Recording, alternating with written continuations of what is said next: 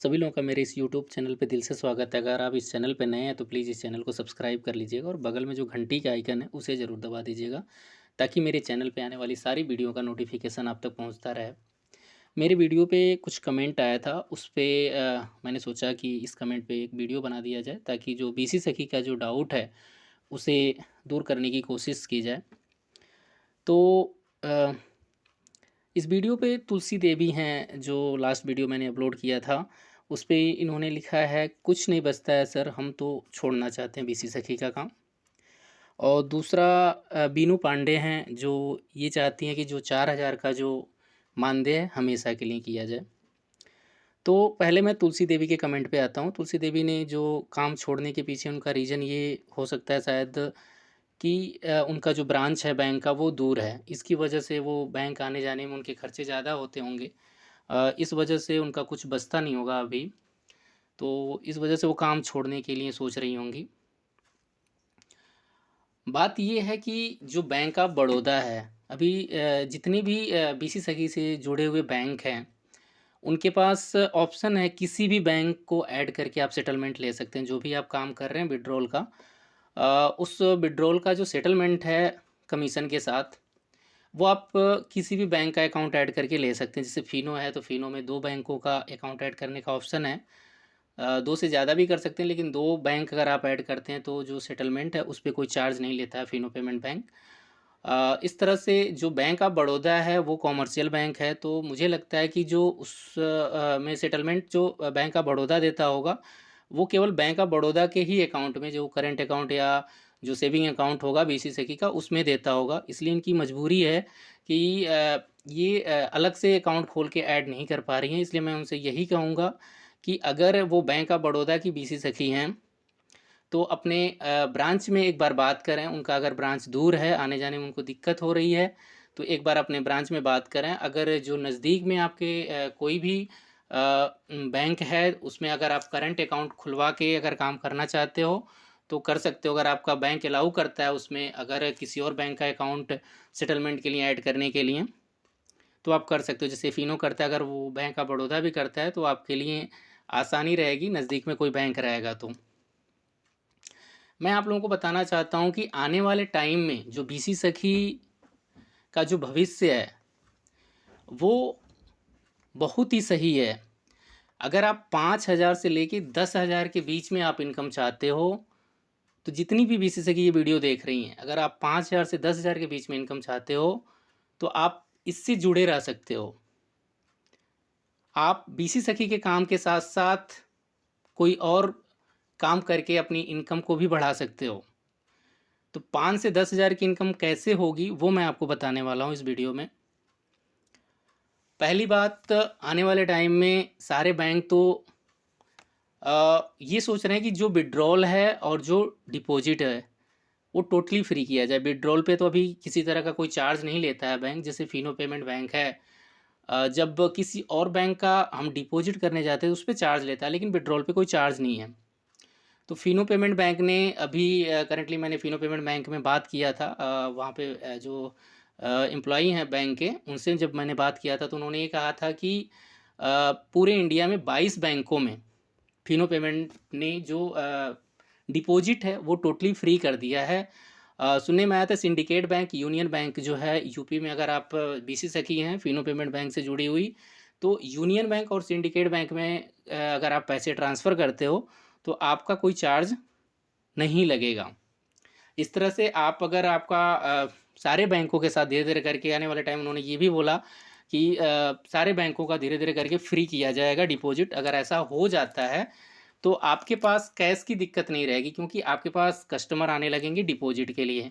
तो आपके पास अगर 30-40 हज़ार भी फंड है तो उस पैसे को आप ज़्यादा से ज़्यादा ट्रांज़ैक्शन कर पाओगे क्योंकि आपका डिपॉजिट फ्री हो जाएगा। दूसरी सबसे बड़ी दिक्कत ये आ रही थी कि आपका जो एग्ज़म्पशन लिमिट था वो 1 करोड़ के करीब था। 1 करोड़ से ऊपर जैसे ही आप जाते हो, तो आपका 5% का टीडीएस कटता था।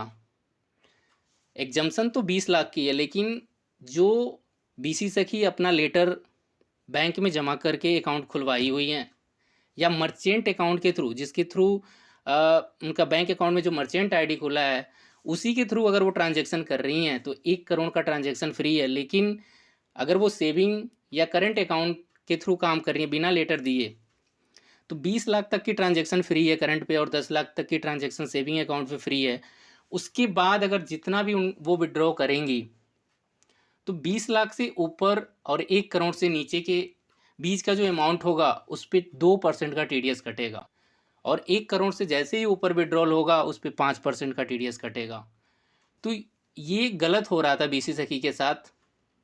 इससे कमीशन जो है बैंक 0.21 के करीब दे रहा था, 0.21%। तो 1 करोड़ पे भी लमसम 20 से 21,000 ही कमीशन बनता था विड्रॉल पे, और इतना ही अगर आप डिपॉजिट करते तो इतना कमीशन बनता, 20 से 21,000 रुपये। पूरे साल में आप 30 से 40,000 मैक्सिमम काम करके भी 30 से 40,000 ही कमा पाते। बहुत सारे बीसी सखी जिनके गांव में ट्रांजैक्शन भी होता होगा, ज़्यादा से ज़्यादा ट्रांजैक्शन, तो वो इस जो एग्जम्पशन लिमिट है 1 करोड़ की या 20 लाख से ऊपर की, उसकी वजह से इनको दिक्कतें आ रही थी। 20 लाख का जैसे कि अगर 3 साल का आपने रिटर्न नहीं फाइल किया है, 20 लाख से जैसे ही ऊपर होता है तो आपका टीडीएस कटता था, और आपने अगर 3 साल का रिटर्न फाइल किया है, लेटर बैंक में जमा किया है, तो 1 करोड़ तक की एग्जम्पशन लिमिट आपको मिल जाती थी, 1 करोड़ आप विड्रॉ कर सकते थे। इसको भी हटाने की मांग की जा रही है, और सही बात है, किसी बिजनेसमैन के लिए 1 करोड़ तक का ट्रांजैक्शन विड्रॉ या डिपॉजिट पे टीडीएस करता है तो बात समझ में आती है। लेकिन बीसी से की जो बैंकिंग का काम कर रही हैं, उनके लिए एक लिमिट लगा देना कि 1 करोड़ से ज़्यादा आप विड्रॉ नहीं कर सकते, आप डिपॉजिट नहीं कर सकते, आपका टीडीएस कटेगा, तो वो बैंकिंग का काम कर ही नहीं पाएंगी। तो ये भी हटाने की बात चल रही है, और ये अगर हट जाता है तो आपका जो है इनकम बढ़ेगा, क्योंकि आपके पास फ्रीडम हो जाएगा काम करने का। कोई भी एक लिमिट नहीं होगी कि आपको 1 करोड़ ही काम करना है या 20 लाख ही काम करना है। तो ये भी आपके फेवर में ही जाएगा फैसला। और इसके बाद जो सरकार है, जो 4,000 आपको मानदेय दे रही है, 6 महीने तक मानदेय आपको मिलेगा, उसके बाद बैंक जो है, जो बीसी सखी का ड्राफ्ट है उसमें साफ साफ लिखा हुआ है, लास्ट वीडियो में मैंने बताया था, जो बीसी सखी काम करेंगी, हो सकता है बैंक टारगेट दे उसके लिए, लेकिन उसमें मिनिमम 2500 से 4,000 बैंकों को देना है।